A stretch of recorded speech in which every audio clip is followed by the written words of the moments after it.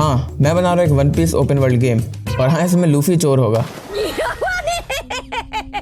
One piece 1999 में शुरू हुआ था और अब तक चल रहा है। पायरेट एरा में आखिरी किंग ऑफ द पायरेट्स से इंस्पायर्ड होके लूफी निकलता है अपने एडवेंचर्स पे और अपने क्रू को भी जमा करता है। और हाँ, वो एक रबर मैन है, एक डेविल फ्रूट खाने की वजह से, जो कि और भी टाइप्स के होते हैं। मैंने खुद वन पीस इस साल देखना ही शुरू किया है और 800 एपिसोड्स देख भी ली। एनीवेज, क्योंकि कुछ दिनों में वन पीस का नेटफ्लिक्स लाइव एक्शन भी आने वाला है, जिसके लिए मैं काफ़ी एक्साइटेड हूँ। तो ये गेम बनाने की एक वजह वो भी है। खैर, ये तो सबको पता है कि लूफी को मीट कितना पसंद है।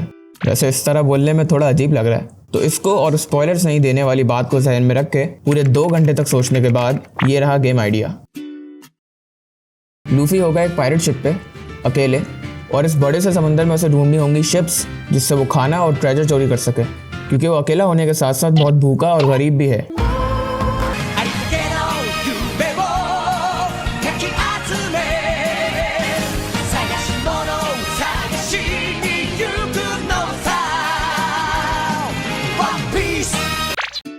पहले मैंने गेम को बनाने के सारे मेजर टास्क की एक लिस्ट बना ली, जिसे देख देख के ही टेंशन हो रही है। उसे 2 पार्ट्स में अलग कर दिया और अब बारी है इन टास्क को कंप्लीट करने की।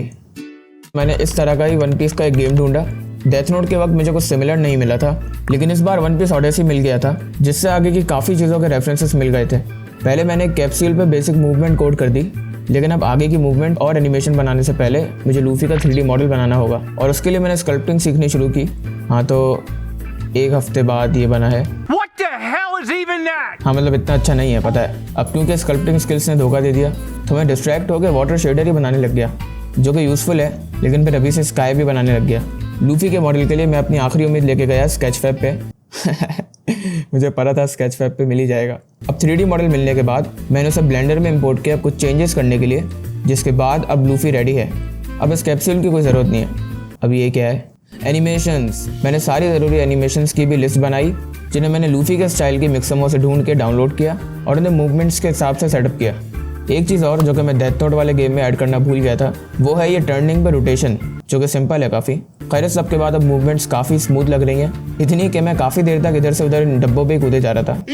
मीट वाली बात के साथ साथ सबको ये भी पता है कि लूफी को लड़ाई करना कितना पसंद है, इसलिए फिर मैंने एक सिंपल सा कॉम्बैट सिस्टम बनाया, जो बस क्लिक्स के हिसाब से इन 3 सिंपल अटैक्स को प्ले करता है। और हाँ, नेक्स्ट पार्ट में लूफी के स्पेशल अटैक्स भी होंगे।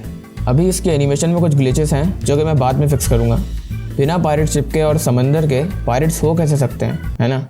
लेकिन मुझे चीज़ों को फ्लोट करवाना नहीं आता, तो मैंने वो देखना शुरू किया और साथ में ये एनिमे टाइप रिपल इफेक्ट भी, जो शिप की वजह से बनता है। और इन दोनों चीज़ों के ट्यूटोरियल्स मुझे एक ही बंदे के पास से मिल गए। उसका क्रेडिट इस बंदे को, लिंक्स इन ट्यूटोरियल्स की डिस्क्रिप्शन में है। खैर, जब मैंने इन वीडियोज़ को समझने की कोशिश की तो मुझे रियलाइज़ हुआ कि मुझे कुछ समझ नहीं आ रहा। इसीलिए मैंने इसको अभी के लिए छोड़ के रेफरेंसेस जमा करना शुरू किए लूफी की पायरेट शिप के लिए, क्योंकि लूफी का क्रू यहाँ नहीं होगा, इस वजह से शिप भी मुझे थोड़ी सिंपल ही बनानी थी। और रेफरेंसेस जमा हो जाने के बाद मैंने उसे ब्लेंडर में मॉडल किया। कुछ देर के बाद शिप रेडी थी। फिर मैंने कुछ बेसिक मटेरियल्स ऐड किए, जिसमें मैं बाद में और डिटेल्स ऐड कर दूंगा। इसे मैंने गोडॉट में इंपोर्ट किया और इसकी फ्लोटिंग कोड की, जो कि काफ़ी कूल लग रही है। और अब मुझे नहीं लगता वाटर सिमुलेशन की कोई ज़रूरत है, तो अगर दिल किया तो बाद में पूरे ओशन के लिए सेटअप कर दूंगा ये। खैर, अब लूफी इस शिप पे जा सकता है, लेकिन ये शिप चल नहीं सकती, जो कि बिल्कुल बेकार है। इसलिए मैंने इसकी मूवमेंट कोड की और इसे स्मूथ बनाने की कोशिश की, और ये काफ़ी अच्छी लग रही है। एक चीज़ आपने नोटिस की होगी, शिप को कंट्रोल करते वक्त कैमरे का व्यू पीछे का होगा, तो लूफी इस अजीब सी प्लेट पर खड़ा होकर शिप को कंट्रोल कर सकता है।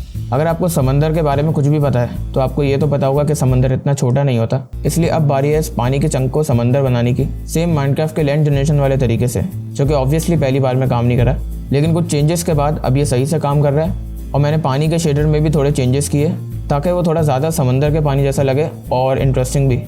लेकिन कितना भी इंटरेस्टिंग कर लूँ, कोई भी सिर्फ पानी को देख देख के बोर ही हो जाएगा। इसलिए मैंने ब्लेंडर में 2-3 अजीब से दिखने वाले छोटे आइलैंड्स बनाए और उन्हें भी ओशन के जनरेशन में ऐड किया। वैसे ये आइलैंड्स बस देखने के लिए ही होंगे, मतलब उसके अलावा पूरे बेकार है। जैसा मैंने बताया था कि लूफी के पास डेविल फ्रूट पावर्स हैं और इसी वजह से वो पानी में तैर नहीं सकता, तो पानी में गिरते ही अभी के लिए तो गेम रीसेट ही हो जाएगा। फिर रिसर्च के नाम पर मैंने वन पीस ऑडेसी खेलना शुरू किया और इससे मूवमेंट्स को अपडेट किया और कॉम्बैट के बग्स को फिक्स किया। आखिर में मैंने कुछ पोस्ट प्रोसेसिंग इफेक्ट्स और लाइट्स ऐड की और एक एक्चुअल अच्छा सा स्काई ऐड किया, और इसी के साथ फर्स्ट पार्ट के सारे टास्क खत्म। अब एक ज़रूरी सवाल, क्या अगली वीडियो में ही इसका सेकंड पार्ट आएगा? तो जवाब होगा पता नहीं, क्योंकि पार्ट 2 में इस वाले से ज़्यादा काम होगा 3 एनिमी शिप्स और लूफी के 3 स्पेशल अटैक्स होने की वजह से। लेकिन मेरे पास और भी बहुत कूल आइडियाज़ हैं जो कि इससे कम टाइम लेंगे, इसलिए बैकग्राउंड में इसके सेकंड पार्ट पे काम करने के साथ साथ और भी कूल वीडियोस आएंगी और सेकंड पार्ट भी जल्दी आएगा। खैर इस वीडियो के लिए इतना ही, आपसे मुलाकात होगी अगले डेवलॉग में, तब तक के लिए गुड बाय डेव्स।